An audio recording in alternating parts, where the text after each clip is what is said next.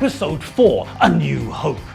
Now, as all of us who read the international press know, there are plenty of people out there who list, among their hobbies, the practice of regularly taking Hungary to task for doing the same as others.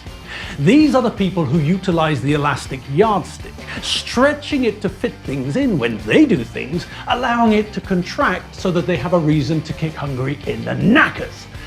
One of the sad aspects of this phenomenon is that there are plenty of Hungarians who actively pursue this activity too. Some as a hobby, others as a career.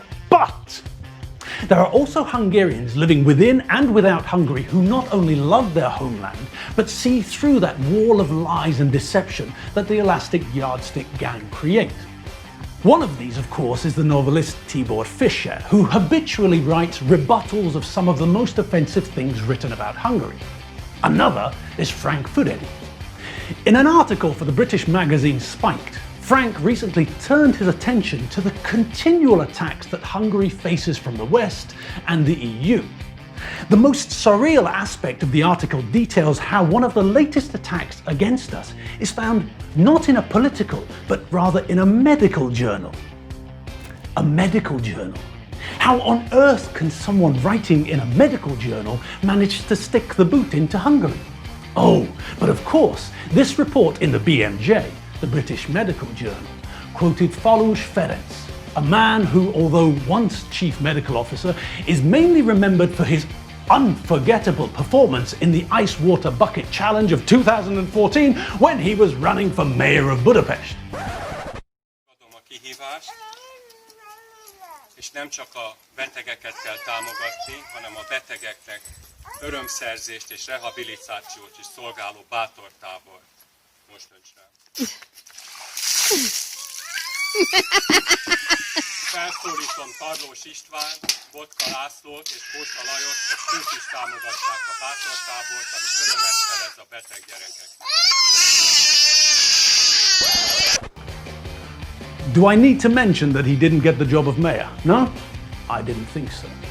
But now, speaking to a reporter from the BMJ, Falus, an opposer of Orbán and all that he stands for, has the temerity to claim that there is virtually a military dictatorship in Hungary.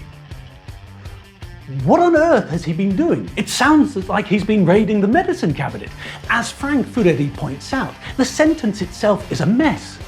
What exactly is a virtual military dictatorship? Surely it either is or it isn't. There can't be any middle ground, can there? What? It's a military dictatorship for part of the week? Part of the month? What, it's a seasonal thing? What Falus is referring to is the involvement of the Hungarian military in the fight against the coronavirus. So, involving citizens of the country who are employed to protect the country in a fight to protect the country is somehow seen as representing a change of state from democracy to dictatorship? What are the military there for if not to protect us? What would Falus say if the Hungarian military were to repel a military attack from another state? Would he rush to a radio station to denounce a near dictatorship? Does Falus think that the military is there as some sort of decoration? Surely he can't be this stupid, can he? I'll let you answer that one yourselves.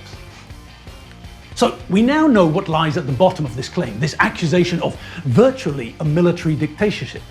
It's the request of the government for assistance in dealing with the coronavirus epidemic.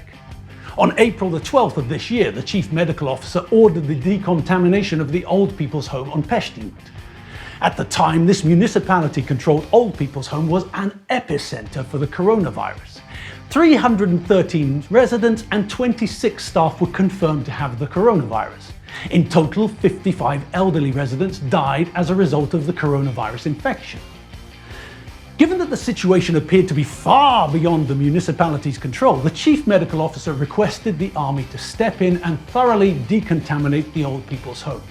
25 soldiers took 5 days to do just that. But, as we heard, Falus thinks that this equals a virtual military dictatorship. So it's safe to assume that had he been chief medical officer, rather than save the lives of his elderly compatriots, he would have sat back and watched them drop, satisfied that no one was going to accuse him of lending a hand to the virtual military dictatorship. What a nice man. Another thing that has no doubt convinced Folosh of the existence of a near military dictatorship is that military commanders were appointed to be in charge of logistics at every hospital when the coronavirus crisis hit Hungary. Still, it's not exactly death squads roaming the streets now, is it, Ferenc? Further evidence, if any were needed, of the slide into dictatorship, virtual or not, is provided by the fact that there can be found here on the streets of Hungary joint police and army patrols. And yes, hang on to your hats, the army personnel are armed. Jesus, Mary, Joseph and Clive the donkey. What is going on? Is this the start of the next neo-fascist takeover of all things? Panic! Panic! Panic! Stop panicking and remove that magnifying glass from in front of your eyes. The army are assisting the police. Why? Because they're in the pay of the state. They're trained to patrol areas. They know what they're doing. And when a curfew from 8 p.m. to 5 a.m. is in effect, the police need a bit of assistance with their patrolling duties. That's all. No need to panic. No need to start scaremongering. The army are here to help. That's what they do in times of emergency. And here, once again, is the familiar sound of the elastic yardstick.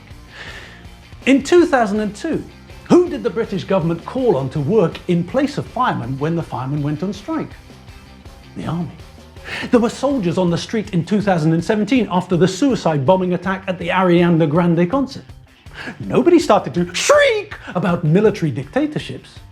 When Britain faced the foot and mouth crisis, the army were called in to assist.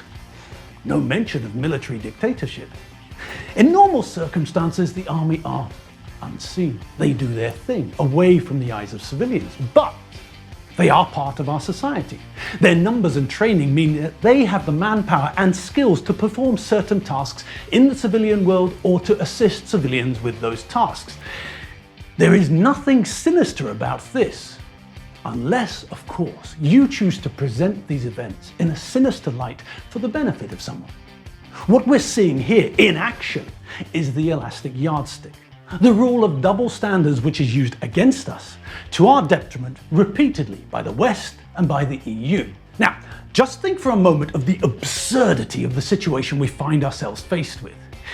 In a medical journal, the oldest peer-reviewed medical trade journal in the world, a weekly journal which has been published since 1840, a publication which, one expects, deals with new medical procedures, is condemning a sovereign country's political leadership.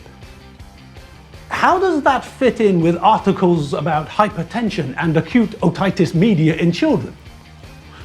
Surely it's a medical journal or it's not. Does it not seem odd that a medical journal is publishing outlandish claims about a country and the type of government that has been elected there? Yes, it's strange, it's very strange, but that's the strange world of the liberals. Nothing is off limits, no matter how ridiculous. There is no door they won't try, no tactic they're not prepared to employ to try and destroy the credibility of Hungary. This is all part of their plan. Without wanting to appear like a conspiracy theorist foaming at the mouth with indignation, there is no other way to see things as they now stand. Furedi is absolutely on the money when he talks of a Western campaign of disinformation being turned into a crusade. And as we also know, it's not restricted to the BMJ. No. The Times, once that most conservative of newspapers, screams about a power grab. The Telegraph, again a newspaper that once identified itself as conservative, predicts the rotting of the EU from the inside if Orban cannot be controlled. And The Economist calls our elected Prime Minister a dictator. All because we refuse to toe the line regarding illegal migration and the debates about family and sexuality. These are the areas in which we have been judged to have transgressed. And there is nothing in the West's arsenal that they would hesitate to use. The British government utilised the British Army to build Nightingale hospitals, 7 temporary hospitals built to deal with the increased number of patients due to the coronavirus infection.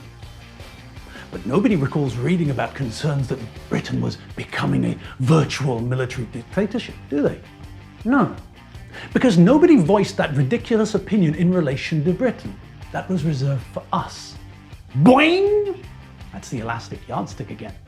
Still, at least we're not fighting the good fight alone, eh? There's hope for us yet.